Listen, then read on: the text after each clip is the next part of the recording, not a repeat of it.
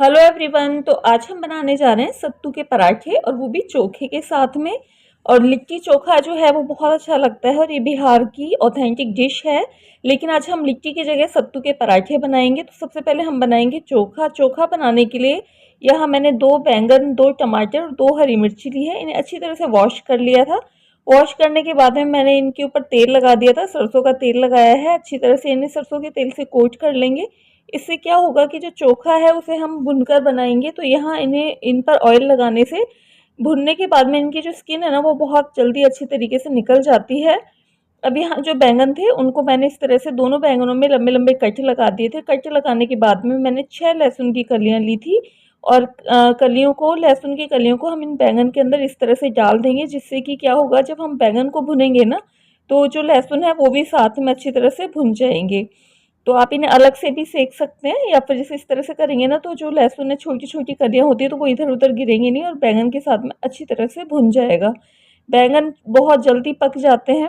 तो यहाँ मैंने इस तरह से गैस के ऊपर जाली रख दी है। जाली के ऊपर रखने के बाद में हम इन्हें घुमाते हुए चारों तरफ से अच्छी तरह से सेक लेंगे जब तक कि जो बैंगन है ना सॉफ्ट ना हो जाए। तो जैसे मैं गैस पे भून रही हूँ तो आप है ना इन्हें जैसे चूल्हे वगैरह में या राख में भी भून सकते हैं। भुनने से क्या होता है कि इनके अंदर जो हम चोखा बनाएंगे ना उसमें एक स्मोकी सा टेस्ट आ जाता है और उससे ये बहुत अच्छे लगते हैं। और यहाँ मैंने टमाटर रख दिए थे। टमाटर और हरी मिर्ची को हम मैं इस तरह से उलट पुलट करते हुए सेक लूँगी, जिससे कि टमाटर की जो स्किन है ना वो भी निकल जाएगी और ये सॉफ्ट भी हो जाएंगे। तो यहाँ दोनों चीज़ें हैं जो अच्छी तरह से भुन चुकी हैं, इन्हें हम निकाल लेंगे। अब थोड़ा सा ठंडा होने देंगे। ठंडा होने के बाद में ये देखिए जो हरी मिर्ची है इसकी डंठलों को मैं निकाल दूंगी और निकालने के बाद में इन्हें हम सारी चीज़ों को छिल लेंगे और एक जगह छिलने के बाद में कट करके रख लेंगे। अब यहाँ जैसे मैंने हरी मिर्ची ली थी ना तो हरी मिर्ची की जगह आप सूखी हुई लाल मिर्च भी ले सकते हैं। अब यहाँ बैंगन को मैंने छिल लिया था। छिलने के बाद में इसकी डंठल को निकाल लिया था और डंठल निकालने के बाद में ये देखिए हमने जो ऑयल लगाया था ना उसकी वजह से इसकी स्किन है ना बहुत इजीली निकल आ रही है। अगर आप ऑयल नहीं लगाओगे ना तो जो स्किन है ना वो निकलेगी नहीं, अलग नहीं होगी और बैंगन के साथ में ही अच्छी चिपक जाएगी। तो यहाँ स्किन निकालने के बाद में मैं नाइफ की मदद से इसे इस तरह से कट कर लूँगी, जिससे कि ये बिल्कुल ठंडा हो जाए, जिससे कि जब हम इसे मैश करें ना तो हाथ ना जले और ये बहुत अच्छी तरीके से मैश हो जाए। अब यहाँ जो लहसुन था ना उसको मैं इस तरह से बारीक बारीक कट कर लूँगी, जिससे कि जब हम इन्हें अच्छी तरह से मिक्स करेंगे ना तो जो लहसुन है ना उसका टेस्ट इवनली हमारे सारे चोखे में अच्छी तरह से मिक्स हो जाए। तो यहाँ दोनों चीज़ों को करने के बाद में यहाँ जो टमाटर था उसकी भी मैं इस तरह से स्किन निकाल लूँगी और स्किन निकालने के बाद में उसे भी हम इस तरह से नाइफ की मदद से थोड़ा सा कट लगा लेंगे, जिससे कि चीज़ें ठंडी हो जाए। अब यहाँ जैसे मैंने इन्हें भून के लिया था तो कई बार कई लोग कैसे है ना उबालते भी हैं सारी चीज़ों को, लेकिन उसमें इतना अच्छा टेस्ट नहीं आ पाता। और आप चाहें तो इसमें मैंने जैसे आलू मिक्स नहीं कर रही हूँ ना तो आप चाहें तो उबले हुए आलू भी इसमें मिक्स कर सकते हैं और उससे भी हमारे चोखे का टेस्ट बहुत अच्छा आता है। अब जो दोनों हरी मिर्ची थी उसे भी मैं इस तरह से कट कर लूँगी और कट करने के बाद में सारी चीज़ों को हमें अच्छी तरह इस तरीके से है ना मिला लेना है। जो चोखा है वो लिट्टी के साथ में खाया जाता है, लेकिन हम यहाँ आज सत्तू और जो लिट्टी होती है वो सत्तू से बनती है, लेकिन यहाँ हम आज लिट्टी की जगह सत्तू के पराठे बनाएंगे। और ये देखिए चोखे को हमने हाथों से अच्छी तरीके से मिक्स कर लिया है और बिल्कुल मैश करने की ज़रूरत नहीं है। जैसे कई बार जैसे कई लोग इसे मिक्सी में भी चला लेते हैं, लेकिन मिक्सी में चलाने से एकदम से बारीक सी इसकी चटनी बन जाती है, तो हमें वैसा नहीं चाहिए।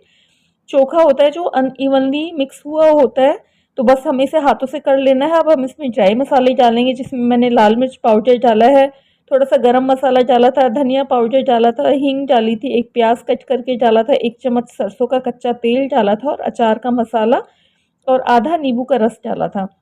इन सारी चीज़ों को अच्छी तरह से मिक्स कर लेंगे। सत्तू के अंदर या फिर जो चोखा है इसके अंदर कच्चा सरसों का तेल डाला जाता है, इससे इसका टेस्ट बहुत अच्छा आता है। तो कच्चा सरसों का तेल और अचार का मसाला आप डालना ना भूलें, दोनों चीज़ों से इसका टेस्ट बहुत अच्छा आएगा। सारी चीज़ों को अच्छी तरह से मिक्स कर देंगे, बाद में इसमें हरा धनिया भी डाल देंगे और चोखा हमारा बन के रेडी है। अब हम सत्तू बनाएंगे। वैसे मार्केट में सत्तू बना बनाया मिल जाता है, अगर आपके पास नहीं है ना तो आप भुने हुए चने को इस तरह से मिक्सर ग्राइंडर में डाल के इस तरह से इसका पाउडर बना लें और मोटी वाली जो छन्नी होती है ना उससे हम छान लेंगे, जिससे कि जो थोड़े जो मोटे टुकड़े हैं ना वो अलग हो जाए। इसे हम एक बार वापस से जार में डाल के चला लेंगे और वापस से छान लेंगे और ये जो हमारा सत्तू है ना ये बनकर रेडी है। आप है ना जिस वैसे तो मार्केट में स्टोर वगैरह में बना बनाया सत्तू मिल जाता है, ना मिले तो आप इस तरह से चनों को पीस के रख सकते हैं या फिर आप बनाए तब पीस लें। अब इसे छानने के बाद में मैंने इसमें लाल मिर्च पाउडर, धनिया पाउडर, गरम मसाला, नमक, अचार का मसाला डाला है और इसमें मैं डालूँगी सरसों का तेल, आधा नींबू का मैंने रस डाला है। इसके बीजों को निकाल लेंगे, निकालने के बाद में हम इसका रस डालेंगे। रस डालने के बाद में कच्चा सरसों का मैंने तेल डाला है। सारी चीज़ों को अच्छी तरीके से मिक्स कर लेंगे, हाथ से मिक्स कर लेंगे जिससे कि सारे जो ड्राई मसाले, ऑयल, अचार का मसाला है ना वो अच्छी तरीके से सत्तू के अंदर मिक्स हो जाए। अब यहाँ मैंने प्याज ली है, प्याज को मैं बारीक कट कर लूँगी और मिक्स कर लूँगी। आप चाहें तो इसमें ना हरा धनिया या फिर कसूरी मेथी और हरी मिर्च कट करके डाल सकते हैं। बच्चे नहीं खाते तो इसलिए मैंने इसमें हरी मिर्च नहीं डाली है। अब यहाँ मैं पराठा बनाने के लिए मैंने गेहूं का आटा लिया था, जैसे हम रोटी के लिए आटा लगाते हैं ना, तो वैसे ही नॉर्मल लगा हुआ आटा है। तो इसे मैं बेल लूँगी। बेलने के बाद में हम इसमें भरेंगे स्टफिंग, और स्टफिंग हमें इसमें थोड़ी ज़्यादा भरनी है। और जो सत्तू है ना वो इसी तरह से बिखरा हुआ ही रहता है।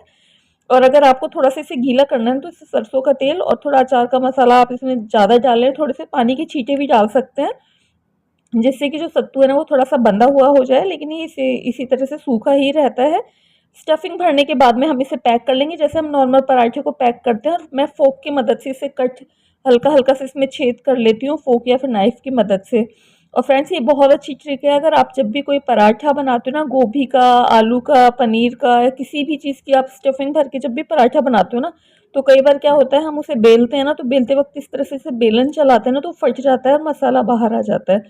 तो स्टफिंग भरने के बाद में आप उसे पैक करने के बाद में हल्का सा बेल लें, हाथ से थोड़ा सा बढ़ाने के बाद में चाकू या फिर फोक की मदद से उसमें छेद कर लें। इस उससे क्या होता है कि स्टफिंग के साथ में एयर भी भर जाती है, और जब हम उसमें छेद करते हैं ना तो एयर बाहर निकल जाती है और हमारे जो पराठे हैं वो फटते नहीं हैं। तो यहाँ सत्तू का पराठा बनाने के बाद में मैंने तवे पे डाल दिया है। दोनों तरफ से अच्छी तरह से घी लगाने के बाद में हम सेक लेंगे, नॉर्मली जैसे सेका जाता है। अब जैसे पराठे को तो मैं नॉर्मल जो हमारे रोटी का आटा है ना उसी तरह से मैंने लगाया था, लेकिन अगर आप लिट्टी बनाते हैं ना, यानी कि जैसे बाटी जैसा बनाते हैं, तो आटे के अंदर आप अजवाइन भी डाल सकते हैं, थोड़ा सा आप उसमें खाना सोडा डाल दें, थोड़ा सा उसमें ऑयल या फिर घी डाल दें मोयन के लिए, तो उससे हमारी जो बाटी होती है सत्तू वाली, यानी कि जो लिट्टी है ना, वो बहुत अच्छी बनती है।